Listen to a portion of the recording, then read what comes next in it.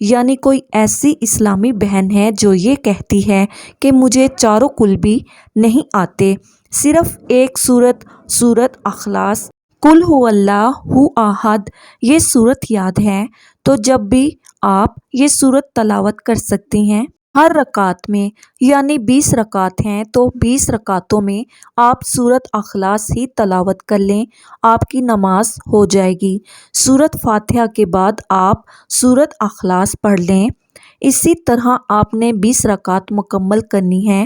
اچھا، اس میں یہاں پر بتاتی چلوں کہ نیت کیسے کرنی ہے، میں عملی طور پر بھی آپ لوگوں کو بتاتی ہوں۔ نیت جو ہے یہ ضروری ہے، اعمال کا دار و مدار نیتوں پر ہے۔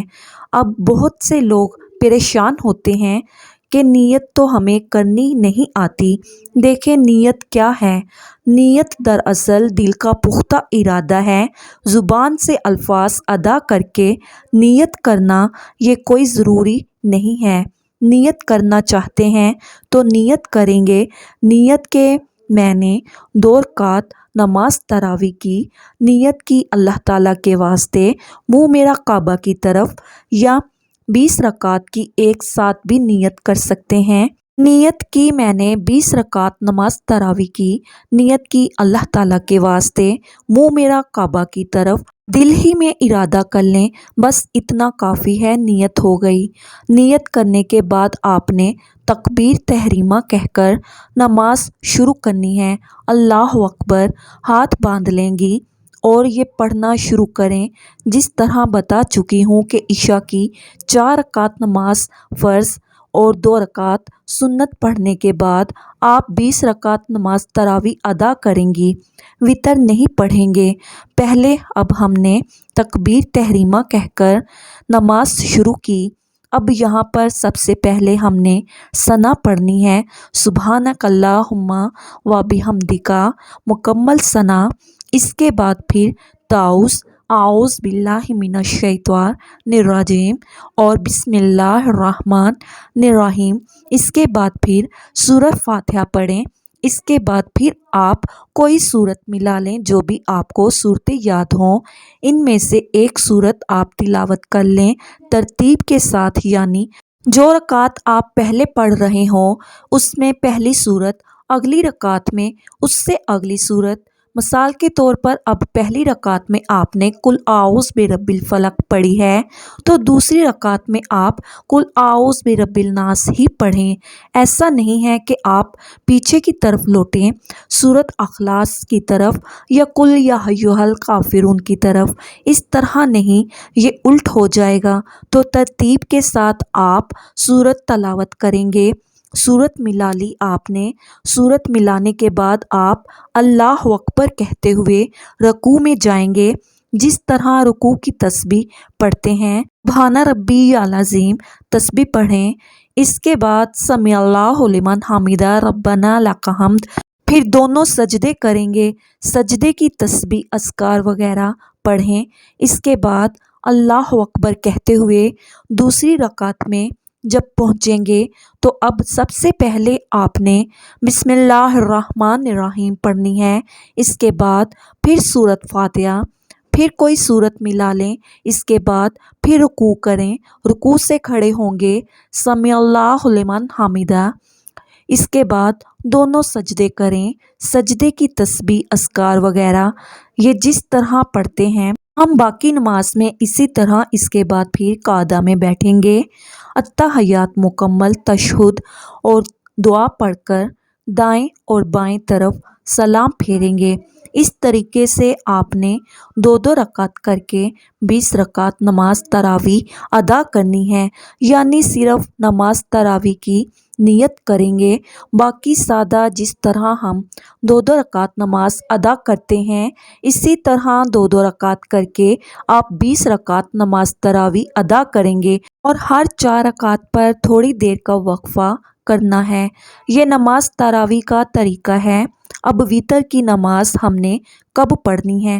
پہلے ہم 4 رکعت فرض پڑھ چکے ہیں، اس کے بعد پھر 2 رکعت سنت اور اس کے بعد پھر 20 رکعت نماز تراویح۔ نماز تراویح کی 20 رکعت پڑھنے کے بعد اب ہم جو نماز وتر ادا کریں گے، اگر آپ تہجد پڑھنا چاہتے ہیں تو تہجد کے بعد پھر جب تہجد میں اٹھیں سحری کے وقت تہجد پڑھیں، اس کے بعد پھر نماز تراویح ادا کر لیں۔ اگر اسی وقت پڑھنا چاہتے ہیں تو اسی وقت بھی آپ پڑھ سکتی ہیں۔ تو یہ نماز تراویح پڑھنے کا عملی طریقہ تھا۔ میں نے بالکل سادہ طریقے سے آپ کو سمجھانے کی کوشش کی ہے۔ مجھے امید ہے آپ کو میری باتیں سمجھ آ گئی ہوں گی۔ اگر اس ویڈیو سے آپ کو کچھ سیکھنے کو ملا ہے تو کمنٹ کر کے ضرور بتائیے گا۔ ویڈیو کو لائک کر دیجیے گا، دوسروں کے ساتھ ضرور شیئر کر دیجیے گا۔ مجھے اپنی خاص دعاؤں میں یاد رکھیے گا۔ اللہ ہم سب کو رمضان کی تمام رحمت اور برکتیں نصیب فرمائے، آمین یا رب العالمین۔ اللہ پاک اپنی پاک بارگاہ الہی میں میرا سنانا اور آپ کا سننا قبول و منظور فرمائے، آمین۔ اللہ پاک ہم سب کا حامی و ناصر ہو، آمین۔ محترم ناظرین، کمنٹ باکس میں اللہ تعالیٰ کے 99 ناموں میں سے کوئی ایک نام ضرور ٹائپ کیجیے گا۔ شکریہ، اللہ حافظ۔